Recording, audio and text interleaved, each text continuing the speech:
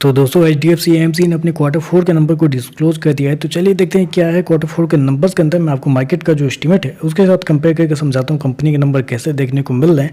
लेकिन उससे पहले बता दूँ कंपनी की ओर से डिविडेंड देने का भी ऐलान किया है। 70 रुपये प्रति शेयर के हिसाब से कंपनी आपको डिविडेंड देने जा रही है। चलिए नंबर देख लेते हैं। डाटा बेसिकली यहाँ पे क्रोस में दिया गया है। पिछले क्वार्टर में कंपनी ने 671 करोड़ के आसपास का रेवेन्यू जनरेट किया था ऑपरेशन के थ्रू। पिछले साल 540 करोड़ के आसपास, जबकि अभी देखें तो बढ़ के 655 कंपनी का रेवेन्यू आपको देखने को मिला। तो साल दर साल देखें तो साल दर साल कंपनी के रेवेन्यू के अंदर एक बेहतरीन तेजी आपको देखने को मिले। वहाँ पे बोल सकते हैं अप्रोक्सीमेटली 28 से 30% के आसपास का जंप आपको देखने को मिल रहा है। वहीं अगर क्वार्टर जाते हैं तो क्वार्टर भी कंपनी के रेवेन्यू के अंदर 3% के आसपास की तेजी है। तो क्वार्टर साल दर साल कंपनी का रेवेन्यू जो है वो आपको बढ़ता हुआ देखने को मिला। मैं आपको बता दूं कंपनी ने शो कितना किया है, 695 करोड़ का रेवेन्यू, जबकि मार्केट की उम्मीद थी कंपनी के रेवेन्यू को लेकर वो था 724 करोड़ के आसपास। तो आप कह सकते हैं 724 करोड़ के आसपास जो कंपनी का रेवेन्यू का उम्मीद थी वो कंपनी के टोटल रेवेन्यू पर थी।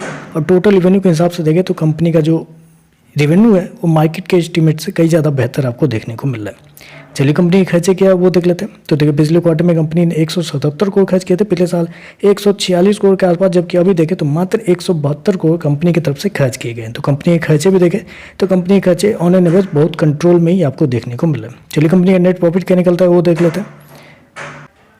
तो देखिए पिछले क्वार्टर में कंपनी 487 करोड़ के प्रॉफिट में थी, पिछले साल 376 करोड़ के आसपास, जबकि अभी देखें तो बढ़ के 540 करोड़ कंपनी का जो प्रॉफिट है वो आपको देखने को मिल रहा है। तो कंपनी के प्रॉफिट के अंदर एक बड़ी तेजी आपको देखने को मिली है। वहाँ देखें तो अप्रोक्सीमेटली बोल सकते हैं 50% के आसपास का जंप आपको देखने को मिला है कंपनी के प्रॉफिट के अंदर साल दर साल।